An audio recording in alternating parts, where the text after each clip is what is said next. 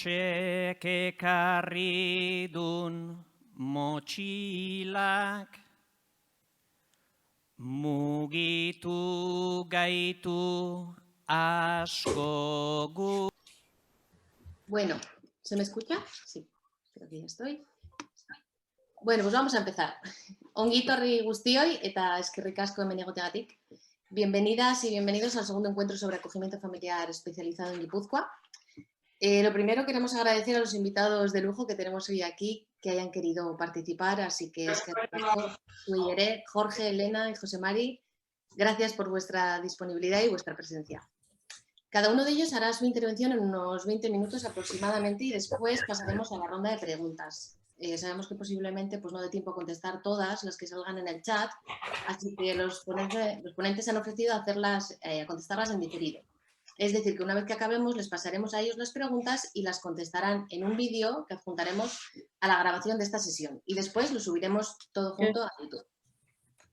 Tras esta ronda de preguntas, al final, pues mi compañera Mónica Cárdenas, también es acogedora especializada desde hace muchos años ya, presentará brevemente las conclusiones de lo que salga y de lo que se diga aquí hoy. Así que, bueno, ahora sí que sí, vamos al grano. El primero en intervenir será Jorge Fernández del Valle, que nos hablará de las necesidades y el perfil de los chicos y chicas en acogimiento residencial y de la propuesta del acogimiento residencial terapéutico, y sobre la importancia de otras modalidades de acogida, como el acogimiento familiar especializado, para responder a las necesidades del sistema de protección a la infancia. Él ha trabajado como profesional en acogimiento residencial y en el programa de intervención familiar de los servicios sociales de Oviedo. Desde el año 92 se dedica a la universidad como catedrático de intervención psicosocial en la Universidad de Oviedo también. Es director del GIFI, del Grupo de Investigación en Familia e Infancia, cuyo principal objetivo es la evaluación de programas de acogimiento residencial y familiar y el desarrollo de instrumentos que facilitan la labor de los profesionales de este ámbito, como el SERAR, Umbrella o el EQUAD. Como investigador pertenece a importantes grupos internacionales, frutos de los cuales se inició hace unos años un trabajo sobre el acogimiento residencial terapéutico, que es el que le hemos pedido que nos exponga aquí hoy. Ha publicado numerosos artículos científicos, así como manuales y libros destinados al ámbito profesional del acogimiento familiar y residencial. Uno de ellos es una revisión internacional sobre el acogimiento residencial de niños y jóvenes con graves problemas emocionales y conductuales. De hecho, el programa utiliza el libro Salud Mental de Menores en Acogimiento Residencial, guía para la prevención e intervención en hogares y centros de protección de la Comunidad Autónoma de Extremadura. Jorge, pues muchísimas gracias por tu disposición a participar en este evento y nada, bienvenido, te cedo los 20 minutos, no te preocupes que yo al final estaré pendiente, ¿vale? De avisarte cuando finalice el tiempo. Así que todo tuyo, te cedo la palabra. Perfectamente, pues voy a empezar poniendo esto en orden para compartir, que creo que esté, y vamos a cumplir con el tiempo. Bueno, pues en primer lugar, muchísimas gracias a ti por la presentación, a la gente de Aguinchari, a la gente de Guipúzcoa. Hace algún tiempo ya que no voy por allí, pero me he pasado media vida profesional visitándoos, así que siempre es un placer reencontrarnos. Y también os agradezco mucho que en un foro de acogimiento familiar nos juntemos con los que trabajamos especialmente en acogimiento residencial y que podamos hacer una intervención en la cual se hable de las dos cosas, porque parece que siempre que aparecen estos dos términos es para discutir cuál es mejor y cuál es peor y las ventajas y los inconvenientes. Y justamente hoy me dais la oportunidad de hablar de estos dos temas como algo complementario, necesariamente complementario, y que debe trabajarse desde esa estructura de programación de cuáles son las necesidades y para qué sirve cada uno de los programas en este tema. Me voy a referir entonces, tal como me habéis pedido, a los perfiles que tenemos en acogimiento residencial muy brevemente. Me voy a detener un poco en la idea de que venimos trabajando de crear un ambiente terapéutico en los hogares de acogida. Luego me referiré ya a lo que son los programas terapéuticos para graves problemas de conducta y finalmente unas notas breves, porque de eso ya vais a hablar mucho más vosotros, el resto de los que vais a intervenir, sobre el papel de cuál sería el rol que tiene el acogimiento especializado. En cuanto a los nuevos perfiles de acogimiento residencial, ya hace muchos años que escribíamos que los cambios iban a ser en la línea de atender a adolescentes. Evidentemente, ha habido que esperar hasta el 2015 para que lo diga la ley. No debe haber menores de 6 años en los hogares de acogida. Probablemente a estas alturas deberíamos ser ya más ambiciosos y empezar a hablar de que los hogares de acogida deben ser solamente para adolescentes y que tienen, como veis ahí, perfiles muy característicos de graves problemas emocionales y conductuales. Tenemos casos crecientes ya desde hace años de fuera de control parental, de violencia contra los padres, adolescentes que están en transición a la vida adulta independiente, que necesitan ser apoyados, que también la ley en el 2015 recoge la obligatoriedad de ayudarles, y menores migrantes no acompañados, ¿no? Como uno de los perfiles más característicos. ¿Qué sabemos de los problemas emocionales y conductuales que tienen? Como sabéis, hemos hecho un estudio, porque además Guipúzcoa participó en él, como se ve ahí, con más de 1.200 niños y jóvenes a partir de 12 años de las comunidades que tenéis ahí representadas y en el que participó también la entidad de Aldea SOS. Y lo que hicimos fue recoger para todos esos casos, que eran todos los que había en cada uno de esos territorios con más de 6 años, pues cuáles eran los problemas emocionales y conductuales que tenían. Una primera mirada a los antecedentes familiares ya nos hace ver que estamos ante unos perfiles de una gravedad extraordinaria. Podéis ver aquí cómo las madres tienen problemas de salud mental en más de un 40% de los casos. Hay muchos casos de discapacidad intelectual en las madres, muchos casos de intentos de suicidio o conductas de suicidio en las madres particularmente, y a la izquierda tenéis todos los temas de alcoholismo y abuso de sustancias. Tener en cuenta además que se suman y se combinan estos factores, creando entonces hogares en los que los niños y las niñas se desarrollan en unas condiciones particularmente adversas y que, como veis, son consecuencia a su vez de otros problemas que sufren como víctimas los padres. Un primer aspecto, y creo que este encaja muy bien aquí por lo que vamos a decir ahora, es que hemos recogido el dato de cuántos chicos y chicas tenían discapacidad intelectual formalmente evaluada y reconocida. Y nos ha salido un 16 y pico % de casos, es decir, 5 veces más que en el resto de la población. Por tanto, hay una presencia muy importante. Por otro lado, en el 72% de estos casos, además de la discapacidad intelectual, están recibiendo tratamiento de salud mental por otros problemas conductuales y emocionales. 3 de cada 4 casos. Y aquí acabábamos diciendo, cuando hicimos este artículo que cito aquí debajo, en el 2013, después de estudiar específicamente las condiciones en las que se desarrollaban estos chicos y chicas y de analizar su situación, abogábamos y concluíamos en ese estudio que debería de haber acogimiento familiar especializado siempre para los casos de discapacidad intelectual, de la misma manera que lo tienen los menores de 6 años. ¿Por qué? Pues porque vivir en un entorno de grupo con otros adolescentes para estos casos, pues los datos que nos salían era que había una gran incidencia de problemáticas de rechazo, de aislamiento, que podían dar lugar luego a problemas de salud mental, como se ve en ese 72%. Así que un primer tema que a lo mejor ya no vuelvo a citar porque me gustaría resaltar mucho, los casos de discapacidad intelectual. Y además, cuando el acogimiento familiar especializado se empezó a hablar allá por los 90, estaba refiriéndose fundamentalmente a los casos de discapacidad. Bueno, pues tenemos muchos casos de discapacidad intelectual en acogimiento residencial y deberían estar en acogimiento familiar. ¿Cuántos de todos estos niños, chicos y chicas están en tratamiento? Pues recogiendo este dato nos salía casi la mitad, el 49%. Por lo tanto, la mitad de los casos de acogimiento residencial, los equipos educativos han considerado que necesitan un tratamiento psicológico. Y podéis ver aquí que en función de las edades es bastante similar.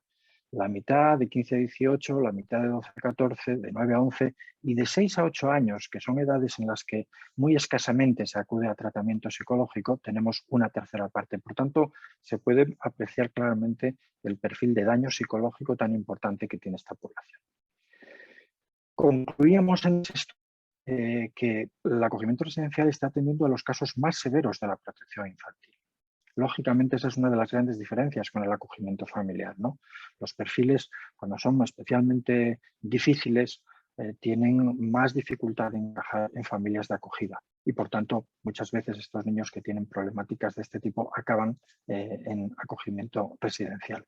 Tiene, por tanto, el hogar de acogida una probabilidad muy elevada de estar recibiendo constantemente niños con graves trastornos, con experiencias muy adversas, en sus familias, pero a las que se añade la experiencia de separación de su contexto familiar, de sus contextos conocidos, de sus vínculos conocidos y también de cambios, porque en los hogares de acogida también estamos expuestos a cambios. No digo nada ya cuando los cambios son de acogimiento familiar a acogimiento residencial o viceversa. Y todo esto afecta de una manera muy importante al desarrollo infantil y va a determinar en gran parte el desarrollo adulto.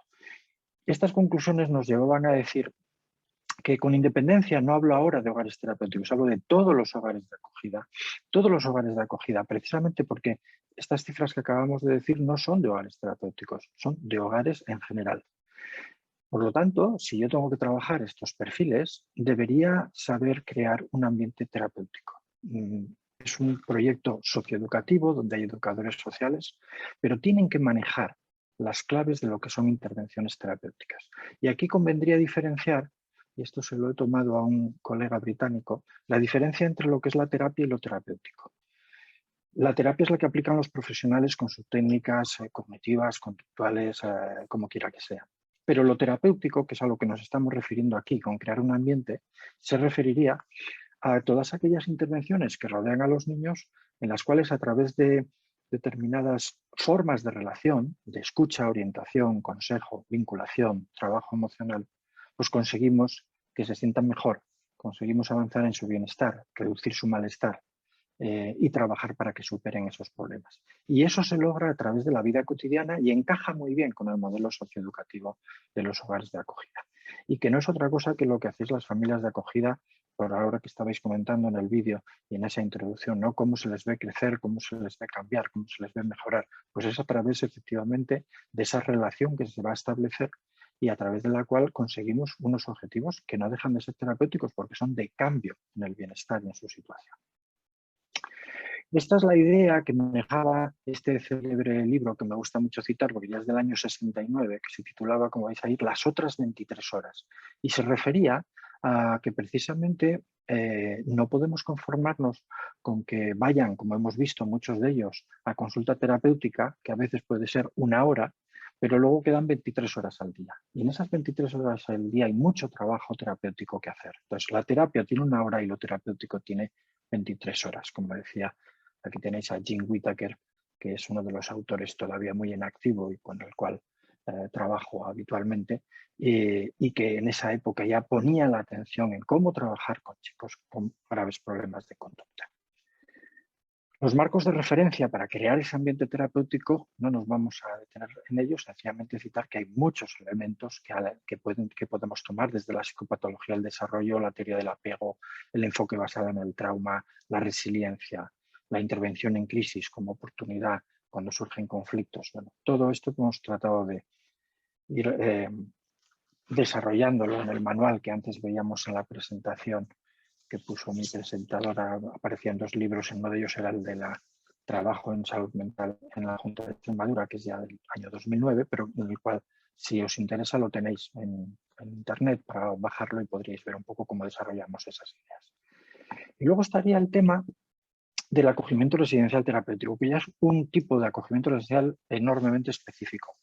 En el libro que publicamos, que era el libro verde que veíais también en la portada, precisamente con este hombre que os acabo de presentar antes, con Jim Whittaker, en este manual que hicimos dábamos una definición de lo que es el acogimiento residencial terapéutico, diciendo que implica el uso planificado de un entorno de vida multidimensional construido y diseñado para mejorar o proporcionar tratamiento, educación, socialización, apoyo y protección a jóvenes con necesidades reconocidas de salud mental o de comportamiento en colaboración con sus familias y en un conjunto completo de recursos de ayuda formales e informales basados en la comunidad.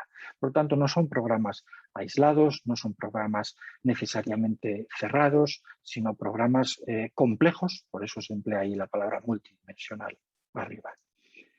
Este es el libro al que hacía referencia, que ya habéis visto ahí. En este libro, desgraciadamente, no tiene traducción al inglés. Es un libro de 38 capítulos y revisa un poco lo que internacionalmente se está haciendo en otros países con respecto a esto. Sí tenéis una síntesis de cuál es la propuesta que se hace por todo el grupo de colaboradores que hicimos el libro que veis aquí. Y este es un artículo que sí os podéis descargar directamente de la página web de la revista Psicotema.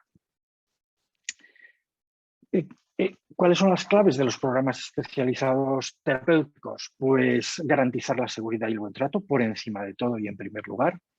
Y eso se consigue con formación, con supervisión y con evaluación. Trabajar sobre la participación y refuerzo de los vínculos con la familia y trabajo con las familias. Este es un aspecto absolutamente indiscutible. No pueden ser programas aislados de lo que es el trabajo con las familias. Aquí sabéis que tenemos un problema a veces en los servicios sociales, que unos intervienen con la familia, otros trabajan desde los hogares. Si eso se hace bien y se está muy bien coordinado, se puede hacer, pero es realmente difícil. Muchos de estos programas lo que hacen es integrar el trabajo familiar dentro del programa residencial.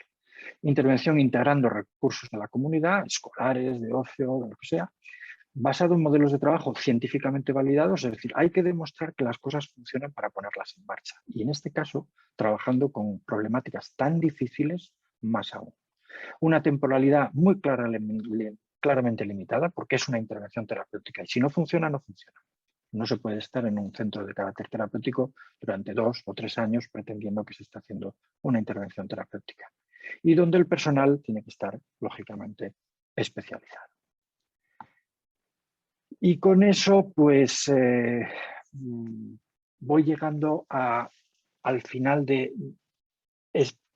cuáles serían las claves de un acogimiento familiar terapéutico. Lo llamo así en vez de especializado porque así es como se viene conociendo internacionalmente.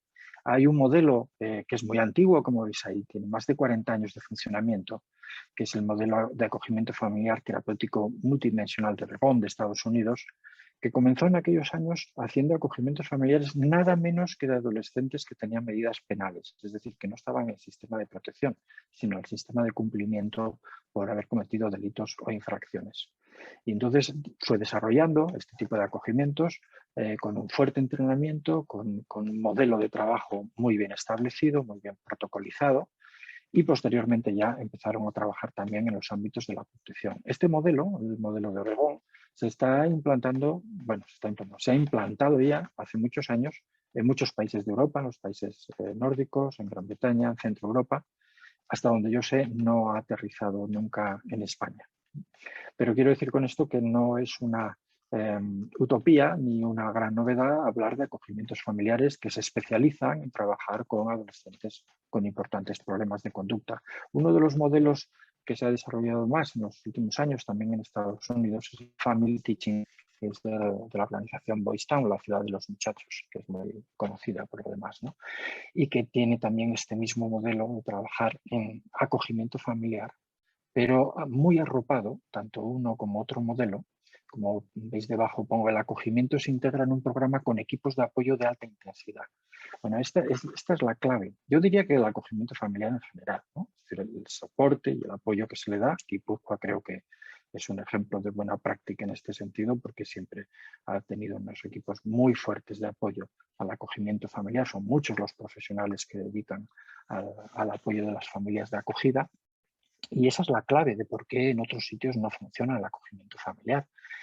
Porque no es una cuestión de encontrar solamente familias de acogida donde se coloca a menores de edad que tienen estas dificultades, bueno, o que no tienen tantas dificultades. El asunto está luego en acompañar, en ayudar, en que estas familias dispongan de los apoyos necesarios para realizar una labor que es extremadamente compleja. En el caso de hacer un acogimiento, estaríamos hablando de adolescentes casi siempre, chicos o chicas con importantes problemas de conducta, pues esto cobra muchísimo más sentido. Si no hay un equipo de profesionales detrás de ello, 24 horas de apoyo, con una formación muy sólida y con estos acogedores muy integrados en el trabajo de equipo con estos programas, las cosas no suelen resultar bien. Estos dos modelos, tanto el de Aragón como el Family Teaching, son programas evaluados desde hace mucho tiempo con muy buenos resultados y que se consideran muy validados nacional e internacionalmente. Y la clave, como veis, está ahí, en la formación, que ya lo sabemos, pero también en la supervisión y luego la integración en el equipo. Ya decíamos, eso lo decíamos cuando evaluamos el acogimiento familiar en Guipúzcoa, que con mi compañera Mónica ya hace unos cuantos años, no sé si recordaréis que en algunas de las conclusiones hablábamos de que las familias acogedoras no son usuarios de los servicios, son casi profesionales de los servicios, forman parte de los equipos de intervención de la protección a la infancia y por tanto deben ser considerados como compañeros que pueden aportar mucho a la observación, a la evaluación, a la intervención y tienen que estar integrados en el trabajo del equipo. En este tipo de programas lo están de una manera extremadamente intensa. Lógicamente esto requiere una dedicación exclusiva, que son algunas de las cuestiones que se discuten siempre con el tema de lo especializado. Es un trabajo muy exigente, de muy alta dedicación y por tanto sí suele ser así. Y os he puesto así esta expresión que aquí en Asturias usamos mucho, que decimos será por perres, pues será por dinero. No tenemos problemas económicos en este sentido. Estar un chico o una chica en acogimiento residencial supone una enorme cantidad de dinero. Por lo tanto, si vamos a darle ese mismo servicio en una familia, disponemos de muchísimo dinero para desarrollar programas si queremos incluso gastar menos o parecido a lo que estamos gastando en un acogimiento residencial. Y esta es una gran ventaja, ¿no? Porque a veces cuando se quieren hacer cosas que son particularmente interesantes, pues a veces lo que va a ocurrir es decir, no, es que esto es muy costoso. No, aquí lo costoso es lo que estamos haciendo y menos costoso es lo que sería mejor hacer, ¿no? ¿Qué aporta? Y como estoy hablando, aporta el acogimiento familiar terapéutico reducir los retos de la educación en grupos con graves problemas. Trabajar con alguien que tiene graves problemas es difícil. Trabajar con 8 a la vez que tienen graves problemas o con 20 ya es complicar las cosas a un extremo extraordinario. Por eso los hogares de acogida terapéuticos tienen un reto enorme. Reduce los riesgos de aprendizajes desviados de la vida en grupo con otros jóvenes que tienen problemas de conducta. Lógicamente, bien lo sabéis, las familias acogedoras se facilita mucho el vínculo con la familia acogedora en un espacio de mucha más intimidad y mucha menos interferencia. Permite trabajar con intervalos temporales más amplios. Aquí no estamos con la premura, con la presión de que va pasando el tiempo y no conseguimos resultados y estamos en un grupo de joven, en un hogar de acogida. Bueno, aquí podemos disfrutar de más tiempo para establecer los vínculos y para establecer una relación que si encaja bien, como decía Ian Sinclair, un investigador inglés, si el acogedor y los niños hacen clic, enganchan, pues entonces podemos tomarnos las cosas con un poco más de calma, ¿no? Luego facilita la generalización de aprendizajes a otros contextos, porque son contextos que no son tan cerrados como los hogares de acogida. Sabéis que un problema que tenemos en hogares de acogida para problemas de conducta es que se reducen mucho los problemas de conducta en su instancia, pero cuando salen de allí y van a otro contexto hay recaídas con bastante frecuencia por falta de generalización de los aprendizajes. Y me gustaría acabar diciendo que esto no es una posibilidad, el acogimiento familiar terapéutico especializado, como lo queráis llamar, no es una posibilidad ni una utopía, es una necesidad, ya lo llevamos diciendo desde hace más de 20 años en muchos sitios. Es el complemento ideal y el complemento que debería ser creciente para los casos con problemas de conducta. Tiene mucho más pronóstico positivo trabajar un acogimiento familiar terapéutico que trabajar un acogimiento en hogares terapéuticos. Y también es verdad que luego tendremos que ver quién puede encajar y quién no en cada uno de estas dos medidas. No vale hablar en protección de la infancia, bien lo sabemos, de una medida para todos, de algo bueno o malo en abstracto. Depende también de los casos. Habrá casos que no habrá manera de colocarlos en un acogimiento familiar terapéutico y habrá otros que se beneficiarán mucho. Pero hay que disponer de él y hay que trabajar con esa expectativa, ¿no? Y nada más, os dejo ahí algunos vínculos a nuestro grupo de investigación y a algunos otros perfiles de donde podéis extraer bastante documentación los que estéis interesados en ello. Y muchas gracias por vuestra atención y hasta aquí. Pues muchas gracias, Jorge. Gracias por tu claridad.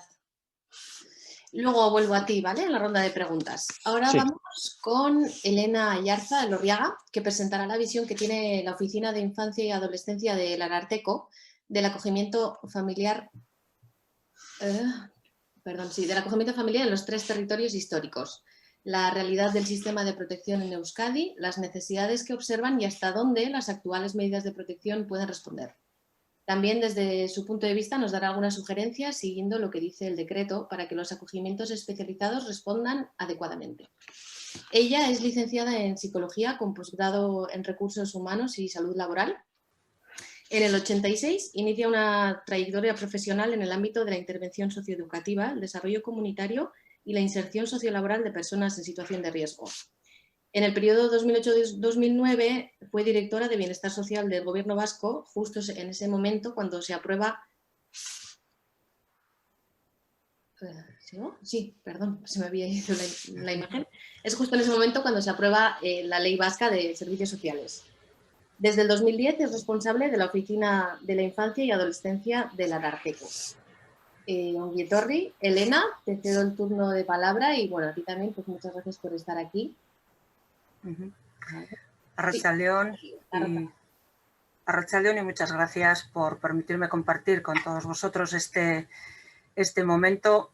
He de confesaros que a estas horas estoy ya un poquito cansada, pero como estamos todos en esta misma circunstancia, seguro que podemos compartir hasta el esfuerzo que supone y que nos hemos autoimpuesto, ¿no? De compartir las reflexiones, de aprender unos de otros y desde luego es lo que yo también espero, aprender de lo que vosotros podéis aportar, de esta realidad en la que estáis inmersos e inmersas. Y bueno, yo también voy a compartir pantalla, voy a ver si me sale tan bien como me ha salido antes.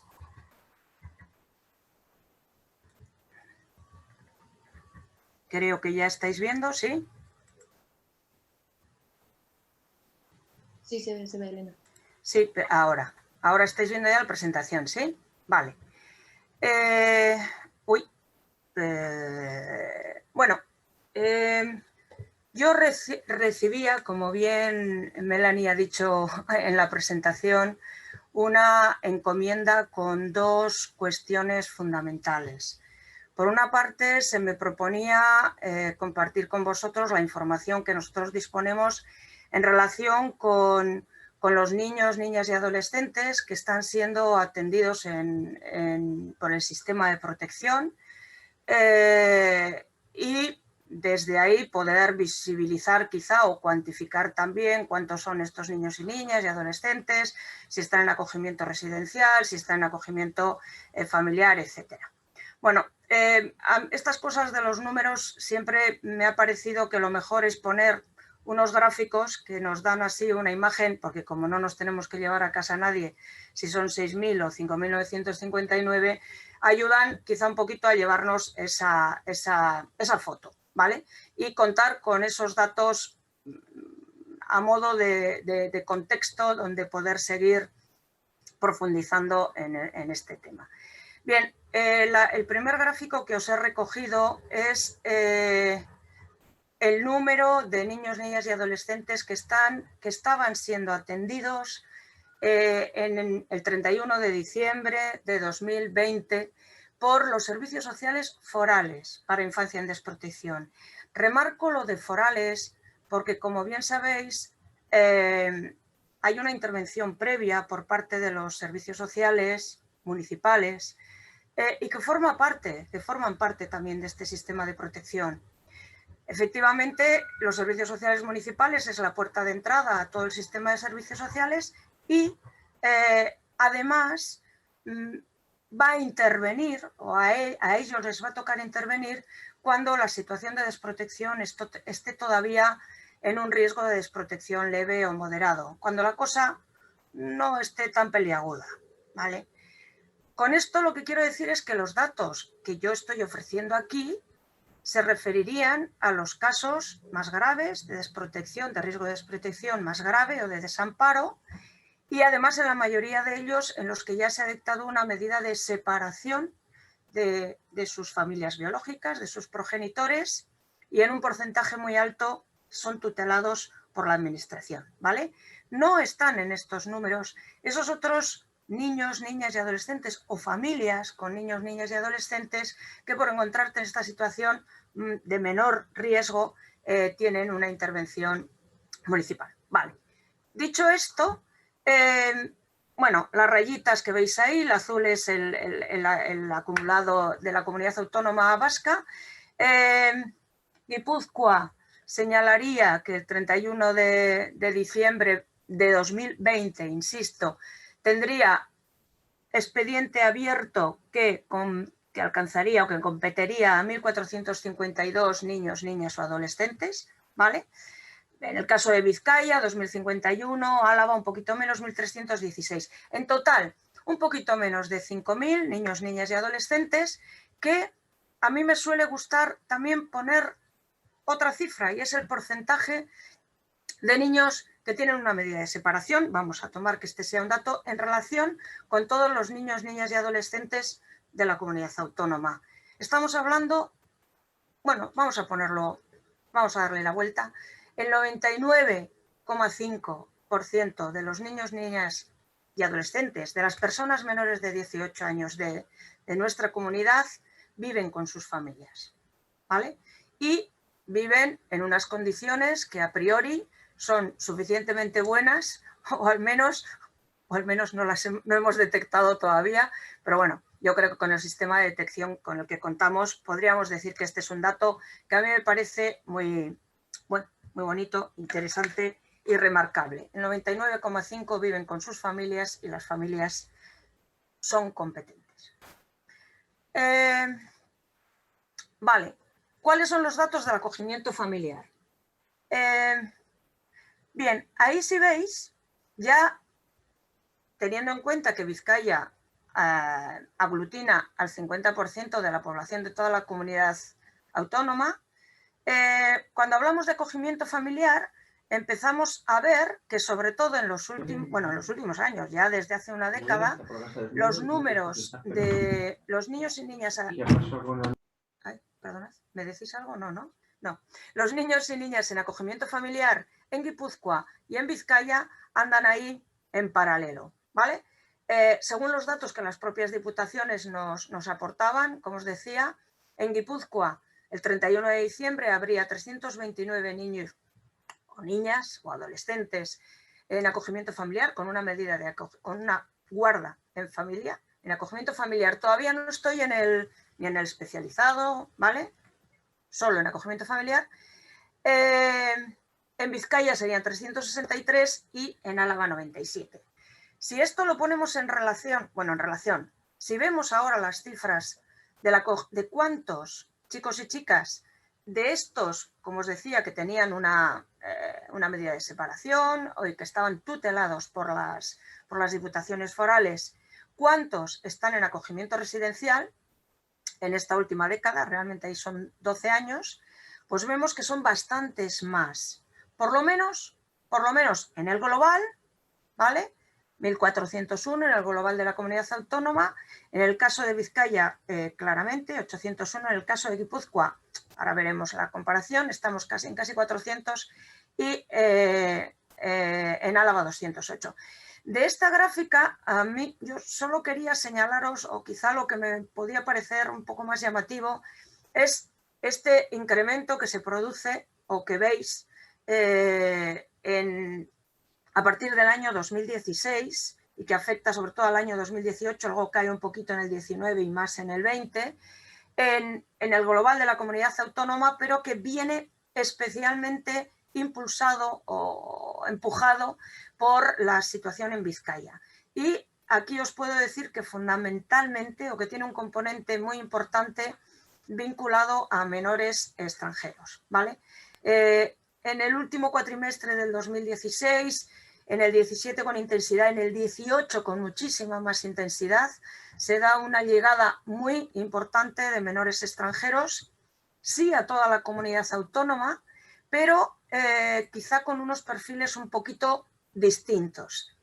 Si bien en Guipúzcoa lo que siempre nos han contado, y parece que las cifras así lo reflejan, lo que siempre nos ha contado la Diputación, ¿de acuerdo? Y los diferentes ayuntamientos, también como Irún o como Hondarribia, es, como os decía, que los perfiles que se acercan más a Guipúzcoa de estos menores extranjeros que viajan solos y que no tienen referentes familiares en Euskadi, es un perfil de tránsito, o sea, pasan por Guipúzcoa, hacen uso o son detectados y hacen uso en algún tiempo de algunos de los recursos forales, pero su intención es seguir hacia otros puntos normalmente de Europa, más al norte, evidentemente. En cambio, el perfil que viene más a Vizcaya viene ya con un proyecto esto no en absoluto, ¿vale? Hablamos más de tendencias, de generalidades. Vienen más con un proyecto de instalarse. Y por lo tanto, la incidencia de su llegada, que además es en mayor número, es que permanecen más tiempo aquí, por lo tanto, contabilizan más, por así decir, en lo que tiene que ver en acogimiento residencial. Porque la realidad es que a los menores extranjeros se les acoge en esta modalidad, en la del residencial. Y el acogimiento familiar, bueno, pues creo que será quizá uno de los retos a los que el sistema de protección podría o debiera enfrentarse. Y ya solo me faltaría, en cuanto a las gráficas, ver cuál es ese peso, o sea, cómo se reparten exactamente entre el acogimiento residencial y el acogimiento familiar, también con datos, en este caso, solo del 2020. A pesar de que, como explicaba Jorge, y todos bien sabéis, la ley dice que se priorizarán las fórmulas, las medidas familiares frente a las residenciales, las estables frente a las temporales y las consensuadas frente a las impuestas, y que eso además ya se venía como solicitando, pidiendo, todos convencidos de que probablemente era lo más adecuado. La realidad, y no creo que nuestro territorio, no creo que Euskadi sea distinto de otros sitios, la realidad, o muy distinto al menos por lo que nosotros conocemos, la realidad, como digo, es que todavía el peso del acogimiento residencial es bastante mayor que el peso del acogimiento familiar, ¿vale? Iba a decir curiosamente, pero no es curiosamente, porque esto se debe a una especial apuesta de Guipúzcoa por el acogimiento familiar desde hace ya bastantes años, pero como podéis ver ahí, el territorio que tiene menos descompensación entre ambas medidas, entre ambas formas de acogimiento, es precisamente Guipúzcoa. Vale. Podremos hablar luego mucho, largo y tendido, de cuáles son las dificultades para el acogimiento familiar, vamos, de por qué esta foto es así y qué podríamos ir necesitando para variarla. Pero bueno, en todo caso, esto sería lo que yo os quería contar y que respondería a la primera de las encomiendas que se me hacía. La segunda, como decía Melanie, tenía que ver con cuál es nuestra valoración de las necesidades en este ámbito del acogimiento familiar y cuáles son las orientaciones del Ararteko. Mirad, nosotros ya en el 2015, a primeros del 2015, íbamos a decir, editamos o enviamos una recomendación general, lo cual lo único que significa es que se lo recomendamos a varias administraciones, con esta cuestión específica. La atención de los niños, niñas y adolescentes acogidos en Euskadi. En el año 2014 habían confluido una serie de circunstancias en las que no me voy a detener porque tampoco son especialmente relevantes, que bueno, nos habían llevado a interesarnos mucho por conocer cómo era la situación o cómo estaba siendo la atención a los chicos y chicas acogidos en Euskadi. Nos detuvimos en algunas cuestiones muy concretas y utilizamos una metodología que incorporaba también el contraste con responsables técnicos forales y también con asociaciones de familias acogedoras. En concreto, recuerdo que de Guipúzcoa estuvimos, bueno, con la familia... ¿Es Beroa? ¿Sí? ¿Me confirmáis que es Beroa? Sí, ¿verdad? Bueno, tampoco me voy a detener en qué recomendábamos en aquel momento.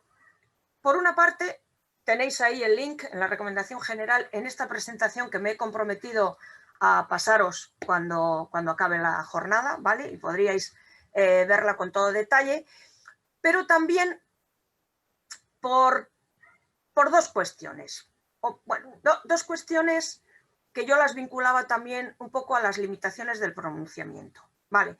Yo diría que tenía esta recomendación general tenía, para empezar, una limitación de decir poco. Y digo de decir poco porque a veces, seguro que me entendéis, que cuando quieres decir algo para que sirva para muchos destinatarios, entre que buscas que sea algo compartido, etcétera, bueno, pues acabas como suavizando todo, ponderando o diciendo cosas para todos que nadie entiende que van dirigidas para él, porque total, como esto yo lo hago bien, pues será que a mí no me lo dices, ¿vale? Entonces, quizá en ese sentido su impacto pudo quedar un rebajado. Pero además, es que esto obedecía a la realidad hasta el 2014 y a fecha de hoy, muchas de las cosas que ahí recomendábamos han tenido ya su evolución. Han pasado 7 años. El ejemplo más claro, una de las cosas que recomendábamos al gobierno vasco era que regulara que regulara normativamente el acogimiento en Euskadi. Y eso sucedió ya en el 2018. Y muchas de las cuestiones que nosotros insistíamos en que quedaran sistematizadas de valoración, de formación, de cuáles deberían ser o debieran ser los criterios de adecuación, etcétera, ya quedan recogidos, ¿vale? Eso como un ejemplo.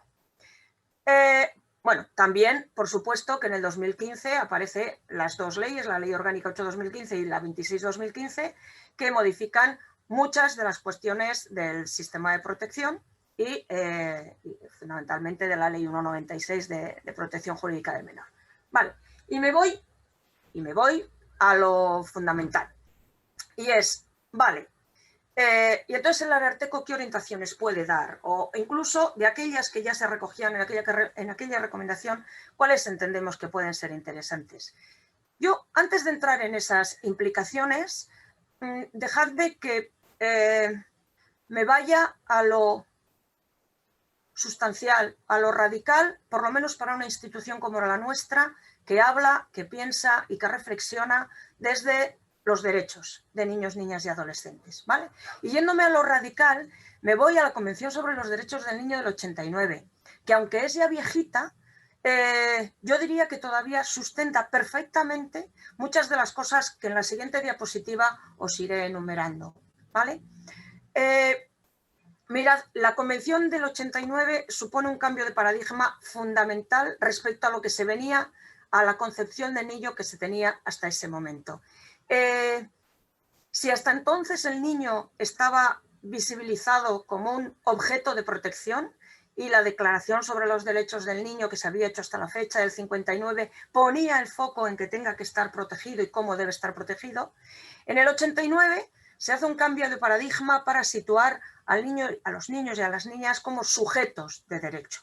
Y esto viene dado fundamentalmente por dos artículos de esta convención, el que habla del interés superior del menor y el derecho a ser escuchado y a que sus opiniones sean tomadas en consideración. Esto del interés superior del menor, y tal cual como se encarga el Comité de los Derechos del Niño de explicarlo, es algo más, mucho más que un breve enunciado o eso que todos mencionamos para justificar cosas cuando pocas veces hemos tomado en cuenta el interés de ese niño o de esa niña. El comité dice que el interés superior del menor es un derecho, es un triple concepto. Es un derecho en sí mismo, el derecho a que los derechos de los niños y niñas o de cada niño o niña sean considerados en primera instancia.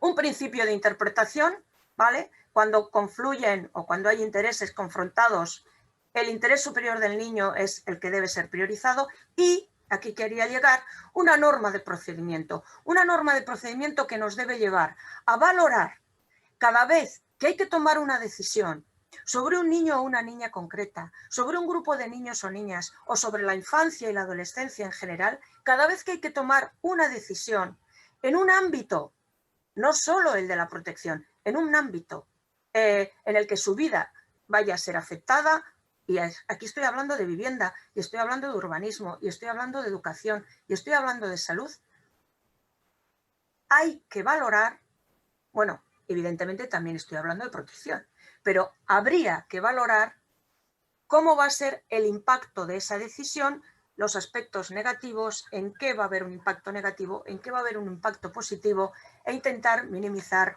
los elementos negativos y potenciar los positivos, ¿vale? Esto cada vez que hay que tomar una decisión, porque esto luego me lo voy a llevar, ¿vale? Y el derecho a ser escuchado, ¿vale? esto ya nos pone en la tecla de participación, de espacios de escucha, de voz y quizá también de protagonismo. Bueno, las directrices respecto, como ya las he comentado antes, ¿vale?, de priorizar las medidas familiares frente a residenciales, etcétera, no me detengo. Implicaciones de estas cosas tan básicas o tan, desde mi punto de vista, fundamentales, como es el interés superior del menor tener presente continuamente y el derecho a ser escuchado, que es lo que materializa y lo que nos pone enfrente a personas sujetas de derechos. Bueno, mi grado de concreción va a ser menor, bueno, mejor dicho, le voy a pasar a José Mari, que va después de mí, para que concrete mucho más. Primero, por esto fundamentalmente, porque la materialización de estas orientaciones que yo voy a compartir con vosotros y vosotras, o las fórmulas concretas que se utilicen para garantizar el ejercicio real de estos derechos, pueden ser diversas, pueden adoptar diferentes formas y son las administraciones las que tienen que proponerlas y desarrollarlas. Puede haber varias formas de llegar a garantizar este ejercicio real, ¿vale?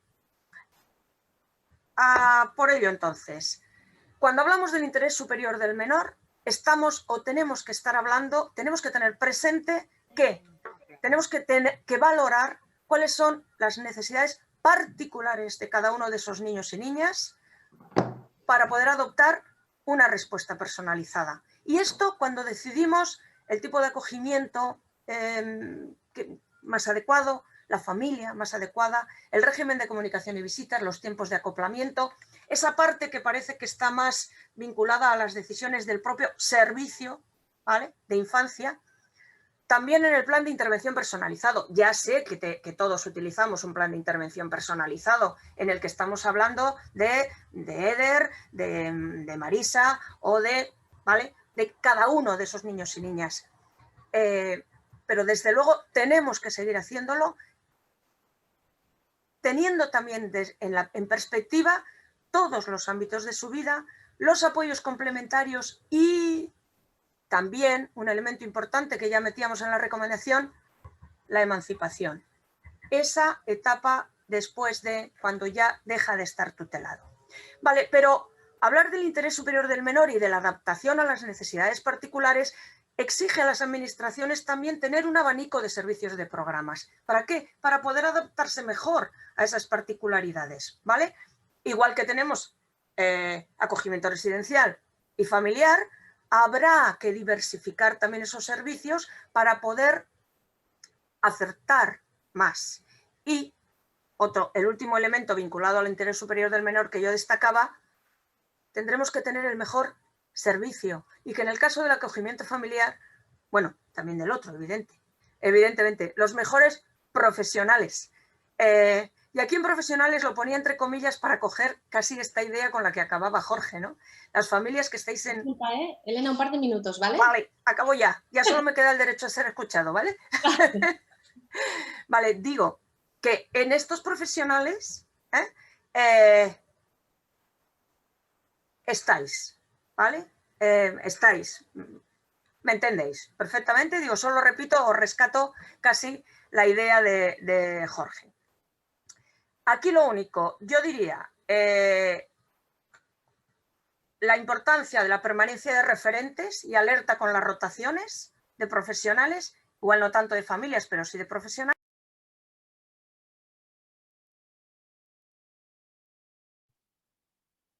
¿Se te ha ido el audio, Elena? ¿No se te escucha? Es que me habéis silenciado. Ah, fíjate. Yo te había avisado 2 minutos. Vale, perdonad, acabo. Bueno, sin más, derecho a ser escuchado, independientemente de la edad que tenga el niño o niña, en todas las decisiones importantes. No siempre esta escucha tiene que ser mediada, ¿eh? Tiene que haber espacios de conversaciones privadas, tiempo suficiente para realizarlo y en contextos adecuados y con una devolución de qué ha sucedido con aquello que se nos ha comunicado en esos tiempos de escucha.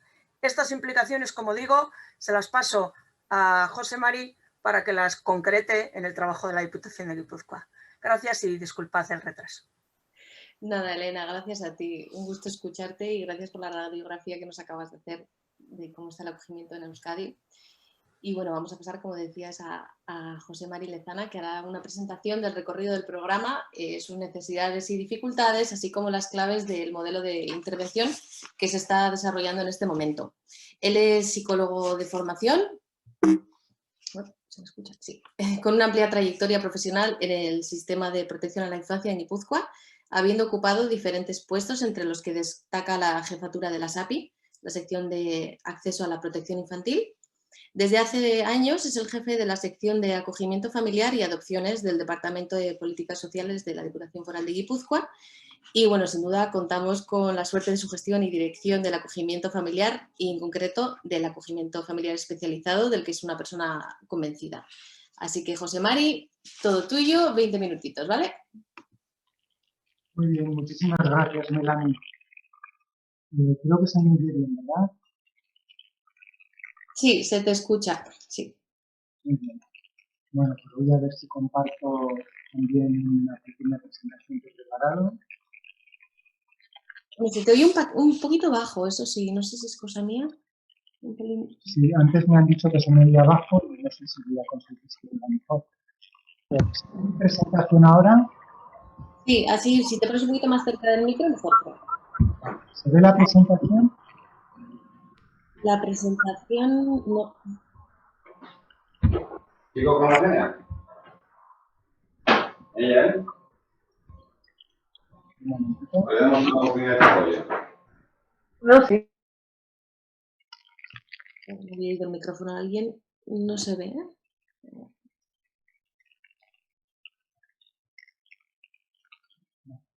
Creo que ahora sí, ¿verdad? Vale, ahora sí. Muy bien. Ahora sí se ve. Bueno, pues nada, como decía Elena, voy a intentar concretar ese intento de personalizar, de hacer una intervención centrada en las necesidades de la persona, cómo se sustancia a la hora de desarrollar el acogimiento familiar especializado en el. Habla un poquito más alto, por favor, José Mari, que si no, no se escucha. Igual si te acercas al micrófono funciona mejor.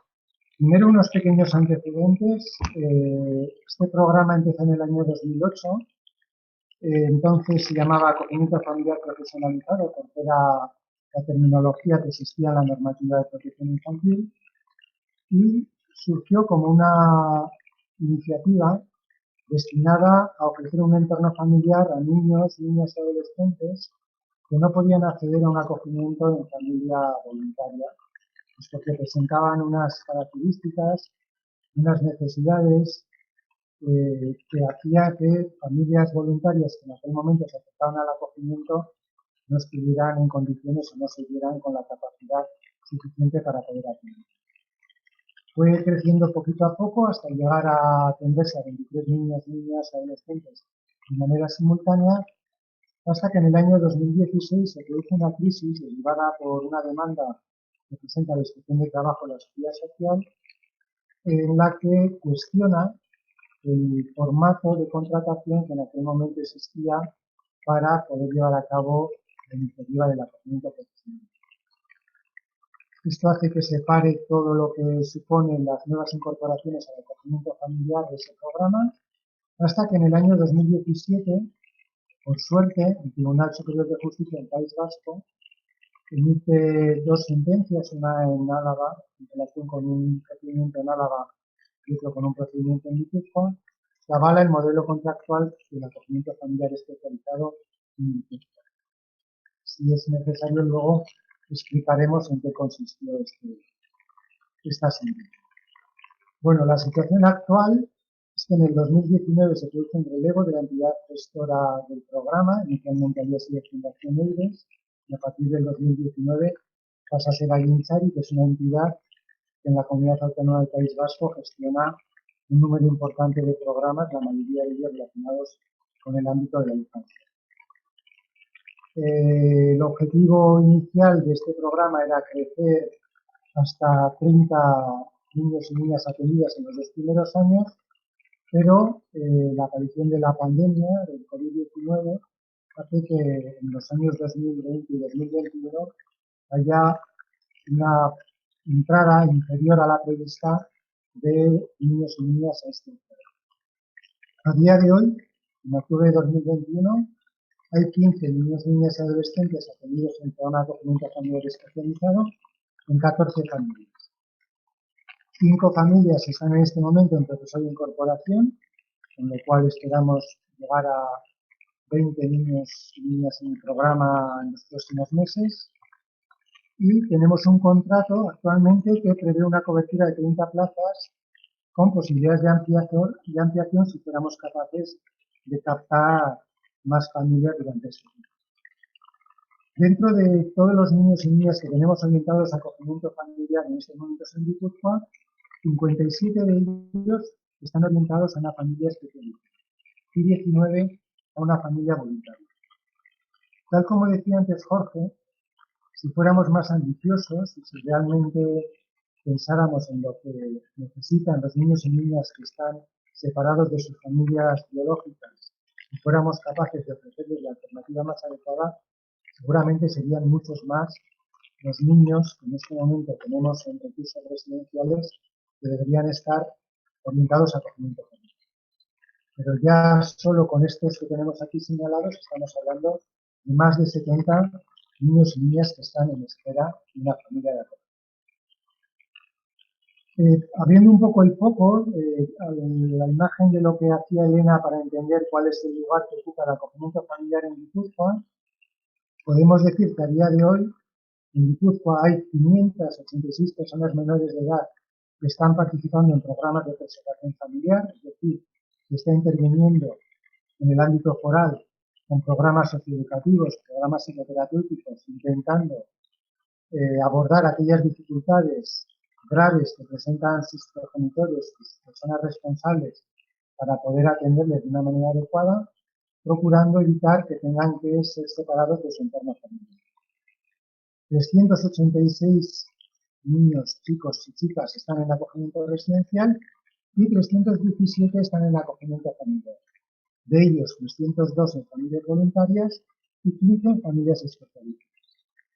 De las familias voluntarias, 96 son familias extensas, 8 son familias allegadas, es decir, familias que no tienen un vínculo familiar con estos chicos y chicas, pero que tenían algún tipo de relación, de vínculo, de conocimiento previo a la constitución del acogimiento, bien porque eran vecinos o padres de algún compañero de clase de este chico o esta chica, y cuando supieron que tenían que salir de sus casas, pues se ofrecieron para acogerles. Y 198 son familias extranjeras.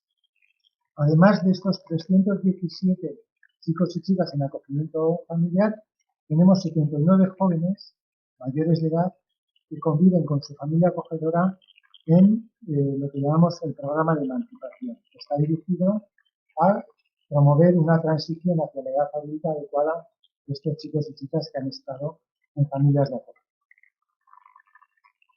¿Cuál es el modelo de acogimiento familiar especializado en Guipúzcoa?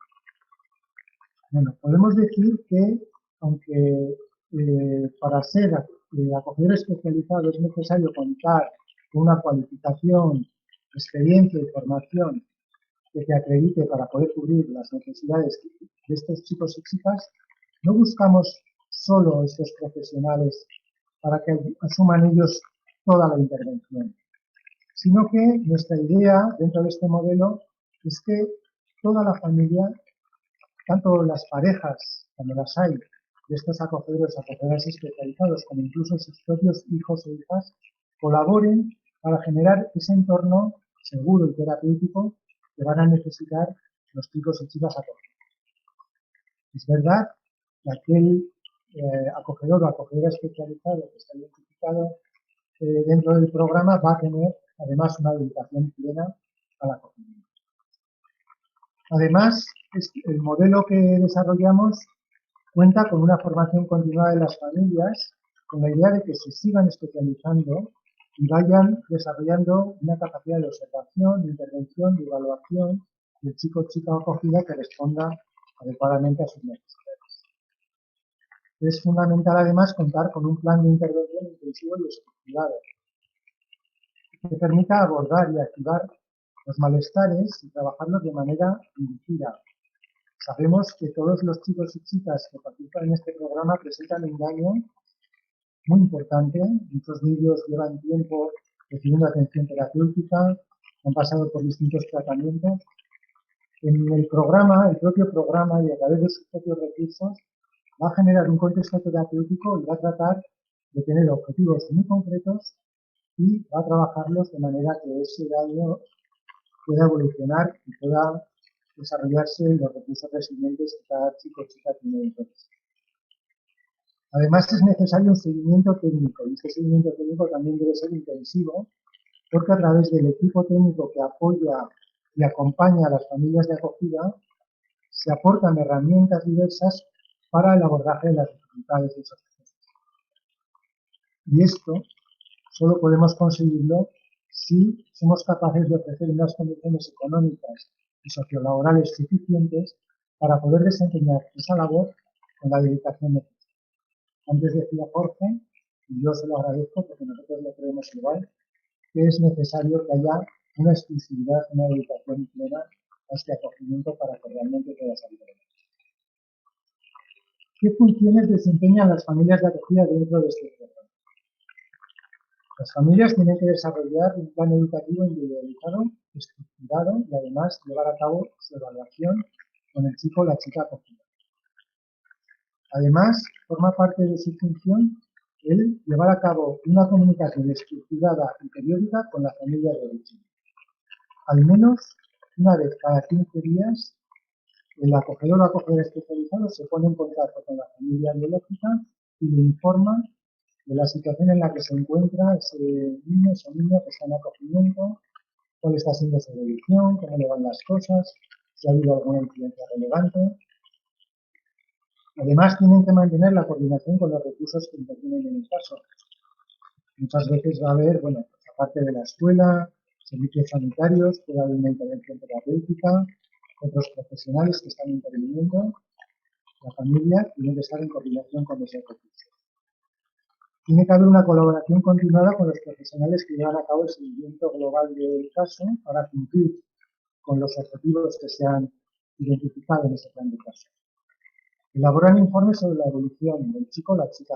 No son informes sobre el seguimiento general de todo el caso, sino sobre cómo va evolucionando ese chico o chica en el acogimiento y la información que se va recogiendo diariamente de esa evolución.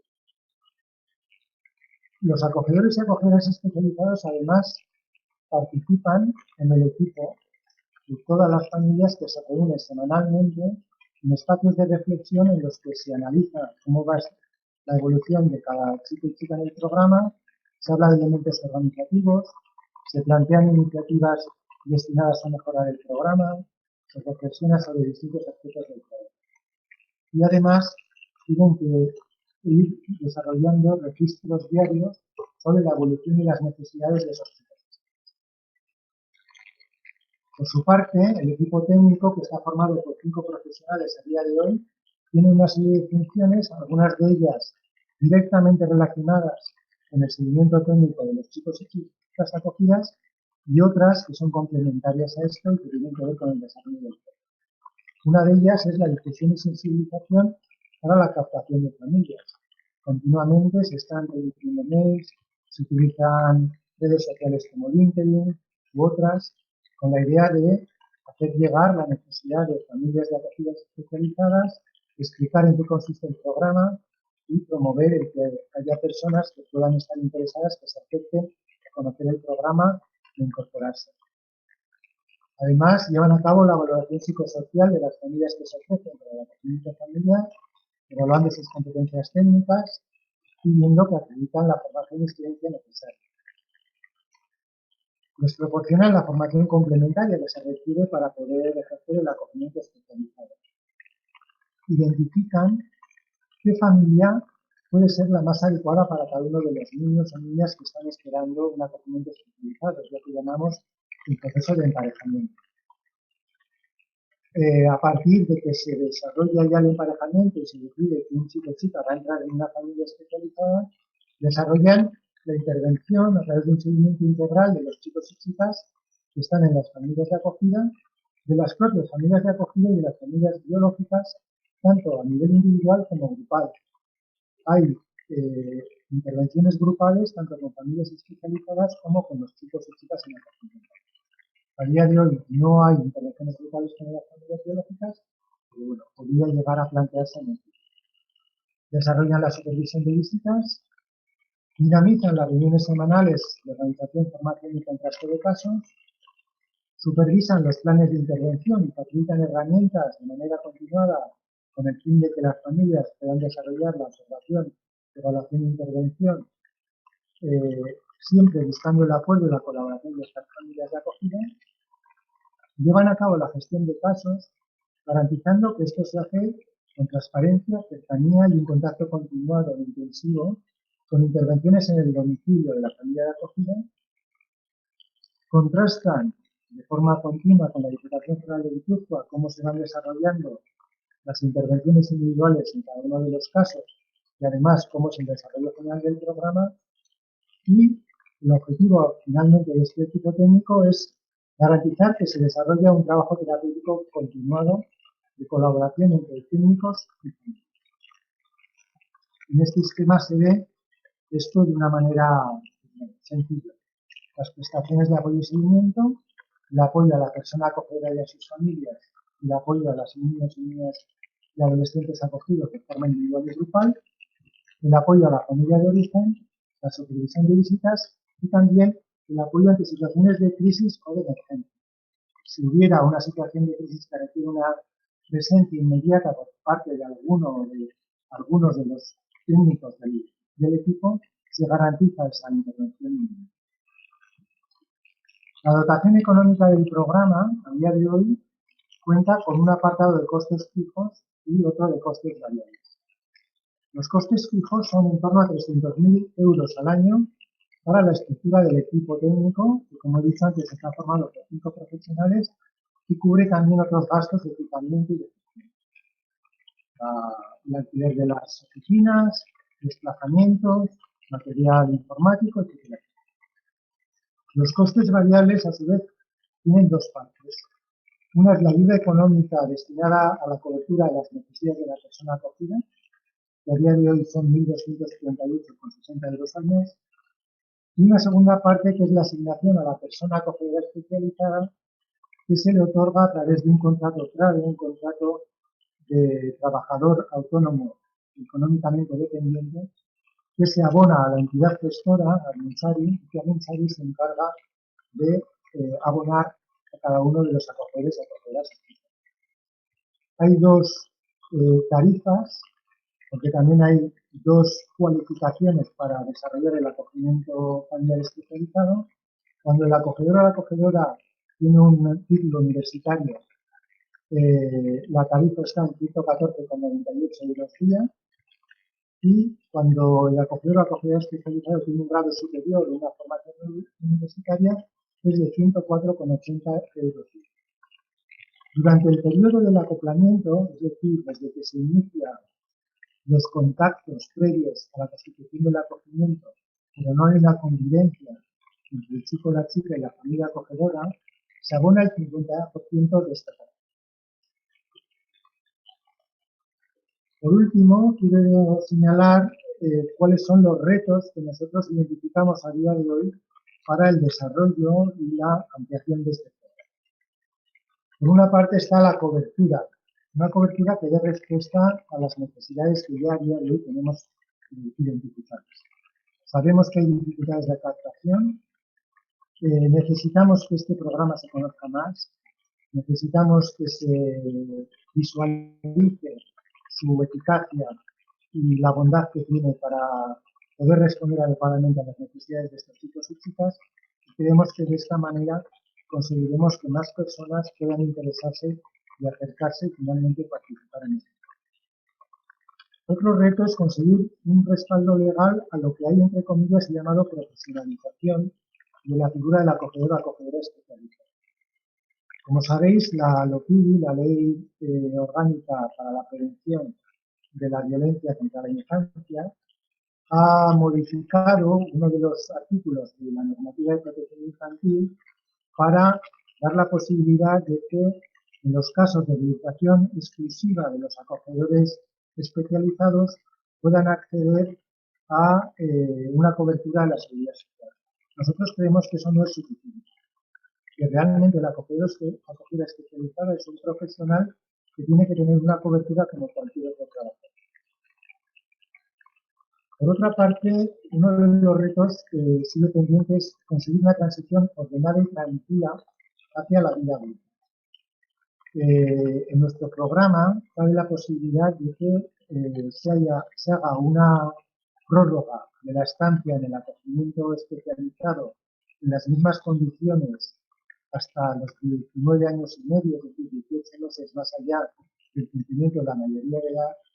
Pero es verdad que una buena parte de estos chicos y chicas, más allá de esa edad, van a seguir necesitando recursos de atención integrales, a veces recursos de emancipación, recursos de atención a jóvenes con problemas de discapacidad o de salud mental, que al no contar con apoyo familiar requieren de una intensidad, de un acompañamiento, y muchas veces aquellos recursos que están pensados para personas adultas que tienen problemas de discapacidad o dificultades de salud mental no son suficientes.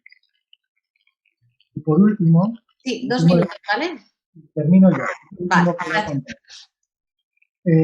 Creemos importante, tal como estamos haciendo hoy, la difusión de los resultados positivos de este modelo. Antes lo decía Jorge, a nivel económico, no sé si las cantidades que he dado antes a alguien le han parecido mucho dinero.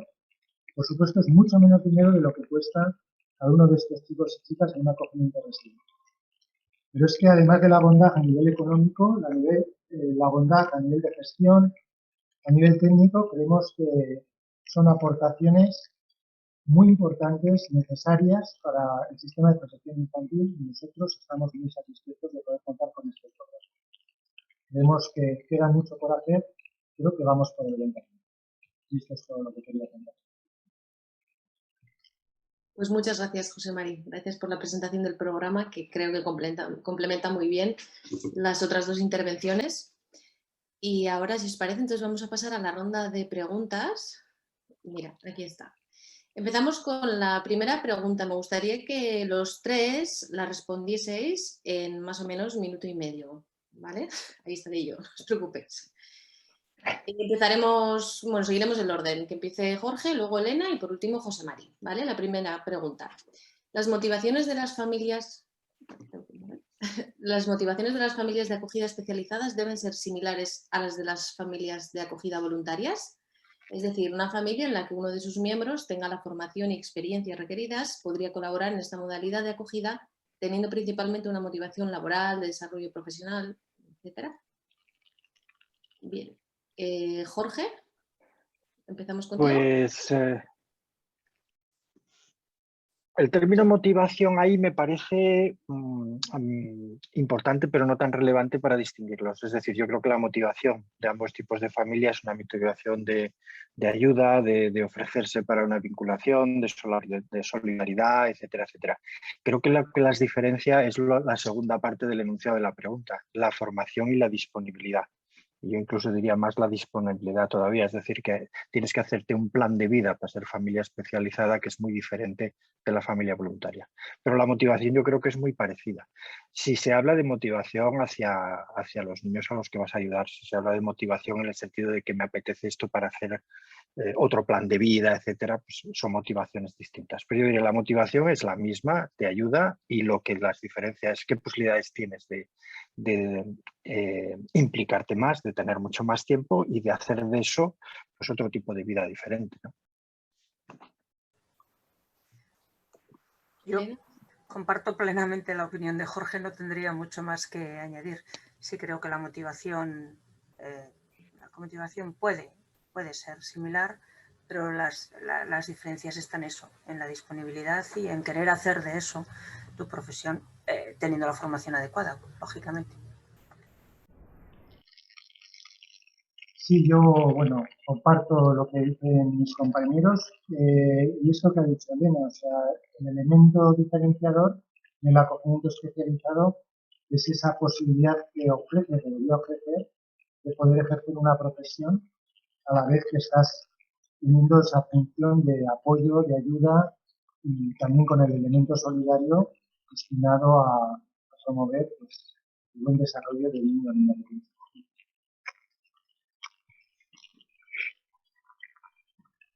Vale, vayamos con la segunda pregunta. Esta parece que ha habido unanimidad. Venga, ¿qué importancia se le debería dar a la cobertura económica o laboral de las familias de acogida especializadas para promover la estabilización de las medidas y garantizar una atención reparadora o terapéutica en los niños y niñas? Bueno, como hemos estado comentando antes, toda la importancia, toda la del mundo. El problema más que la cobertura económica va a estar, como ha dicho antes José María, en todo el tinglao este que tenemos montado con el tema laboral, que la LOPIBI ha venido a confundir mucho más todavía. A mí me dejó de piedra el planteamiento de la LOPIBI.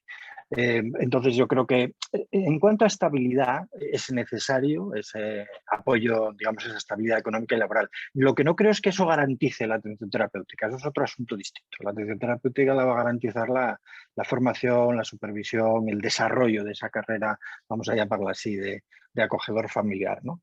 Pero toda la del mundo, evidentemente. Ya lo siento, Jorge, porque esto de ser primero es que tú dices y luego yo voy y digo que estoy de acuerdo y que comparto tu opinión. Pero es que efectivamente importancia tiene, y terminaba José Mari además hablando de esto, ¿no? De la importancia y de cómo la LOPIBI no había solventado adecuadamente, porque precisamente lo que no ayuda es a esta estabilización y a que cualquier persona tenga sus derechos laborales y su estabilidad laboral asegurada. Pero también lo diferenciaría de la atención terapéutica, y como luego creo que tenemos alguna pregunta más específica que habla de lo terapéutico, pues lo dejaría aquí.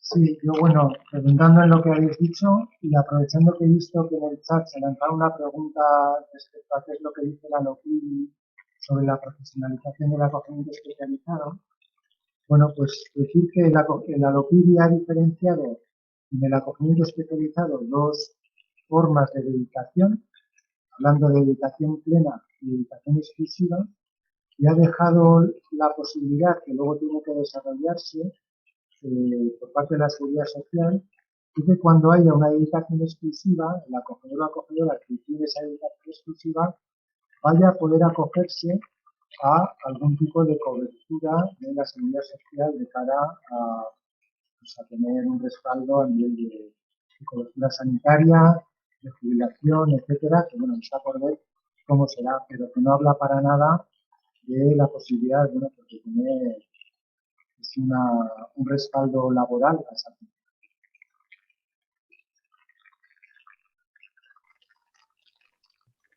Vale, vamos con la tercera pregunta, que también está relacionada y la han preguntado por el chat, creo. Teniendo en cuenta los perfiles de chicos y chicas a los que va dirigido el acogimiento especializado, la importancia de una intervención continuada y dirigida, y lo que dice el decreto autonómico sobre la necesidad de dedicación plena, o la reciente ley LOPIBI que habla de dedicación exclusiva, ¿apuestas por la dedicación plena con la posibilidad de simultanear con pequeñas dedicaciones laborales, o por la dedicación en exclusiva? ¿Y por qué?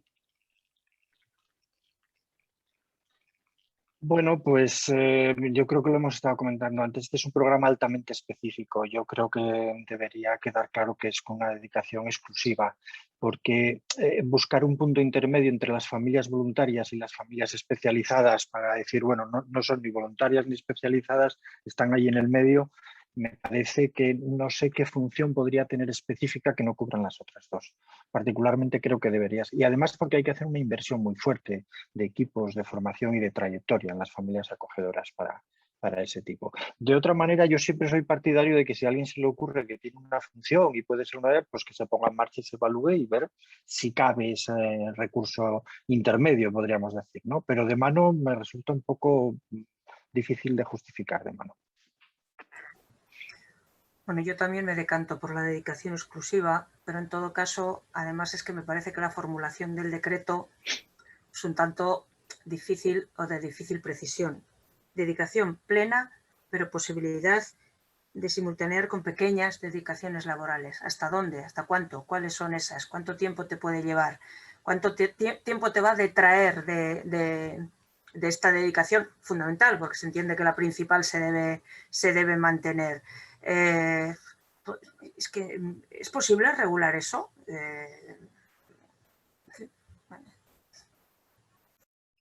Ya, bueno, como dices, Elena, tal como está descrito en el decreto, pues es difícil luego de concretar, ¿no?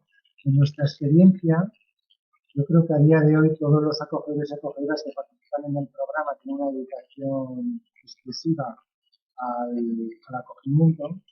Sí que dejamos la posibilidad de que pueda haber, en algún caso, alguna actividad laboral, pero menor, porque es verdad que luego la implicación que tiene pues, en participar en reuniones semanales de equipo, el estar en el día a día en la atención de estos chicos y chicas, en estar atento a situaciones de crisis, pues bueno, hace difícil, a no ser que sea algo, pues no sé, que te dé mucha autonomía y que puedas hacer pues, prácticamente en tu casa, dedicándole unas horitas, pocas horitas al día a esa otra actividad, pues es muy difícil compatibilizarlo con lo que significa el acogimiento especializado.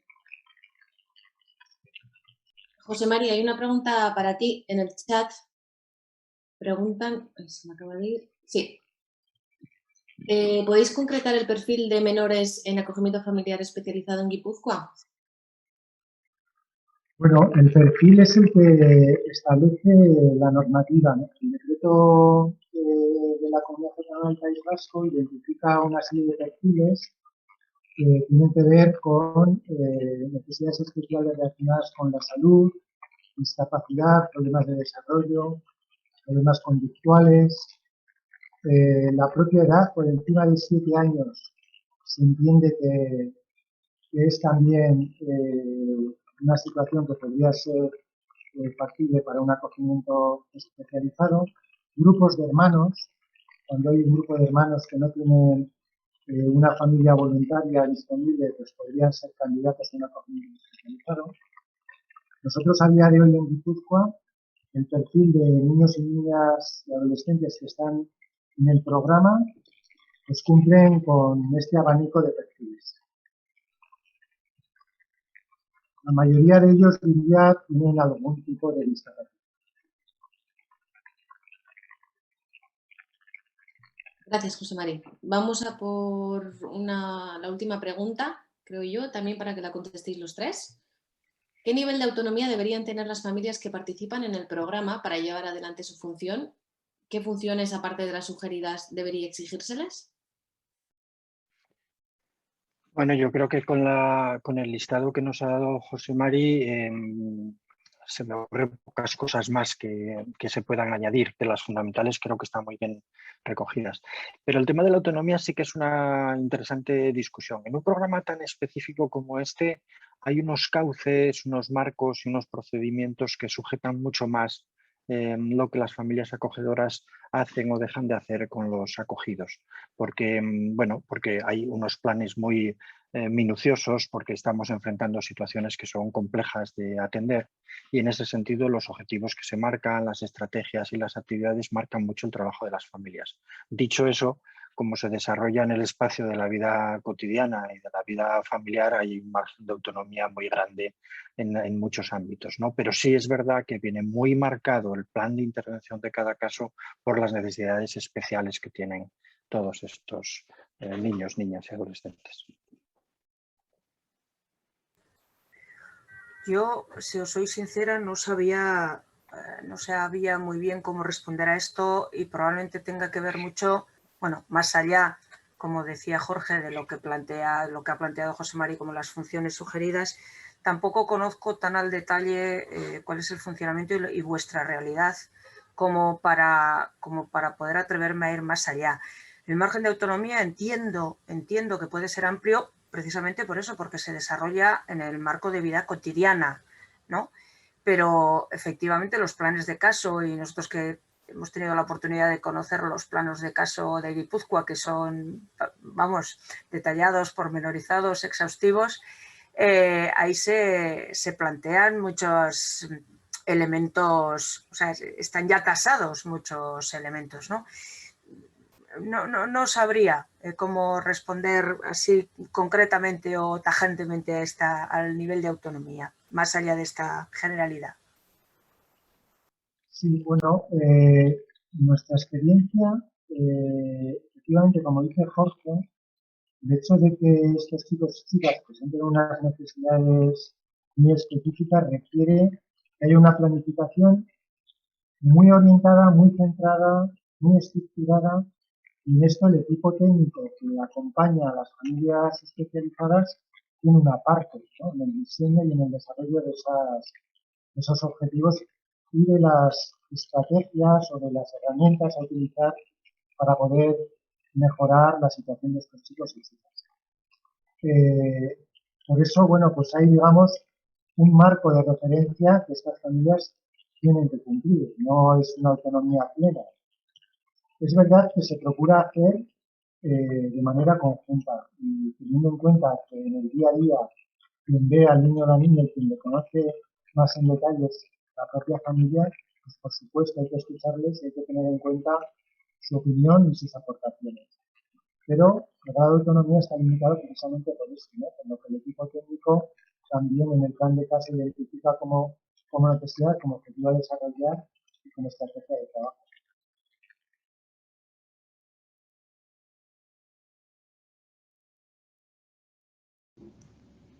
A lo largo de la exposición se ha hablado que las familias deben realizar una intervención terapéutica dirigida y estructurada. Toda su intervención y el apoyo del equipo técnico se dirige a procurar un contexto terapéutico que permita abordar y reparar en lo posible las secuelas de las experiencias adversas vividas por estos niños y niñas. El Servicio de Protección a la Infancia y la Adolescencia de la Diputación Foral de Guipúzcoa cuenta además con un programa de intervención psicoterapéutica para niños y niñas que están atendidos dentro del servicio y también para sus familiares, y en caso necesario se puede proporcionar esta atención.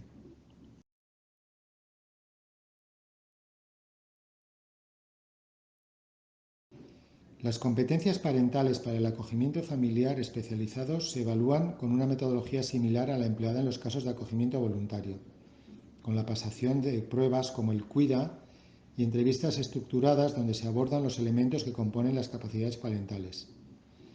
Lo que se evalúa como competencias diferenciales en el acogimiento especializado son otras competencias técnicas de cada profesional para ver si existe la capacidad de observar y evaluar lo que está sucediendo al niño o niña acogida, para planificar la intervención, con qué herramientas cuenta ese profesional y el grado de aplicabilidad y capacidad de ajuste, su capacidad de reflexión y la fundamentación de un plan de intervención, etc.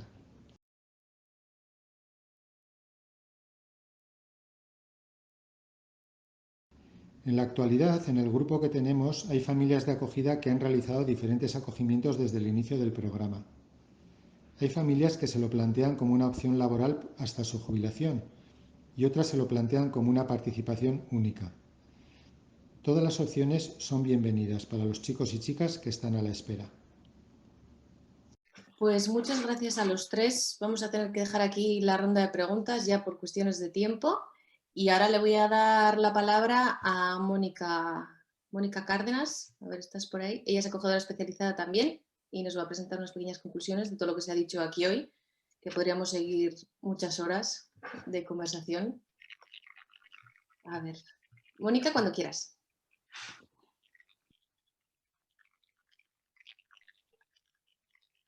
Gracias, Mel. Buenas noches. Podríamos concluir básicamente que el acogimiento familiar especializado es una modalidad del acogimiento que va dirigida a chicos y a chicas con necesidades especiales que no pueden ser atendidas en un acogimiento voluntario. El objetivo de este acogimiento es garantizar una intervención dirigida, planificada y coordinada y que ayude a recuperar los daños emocionales y conductuales a todos los niveles de estos niños.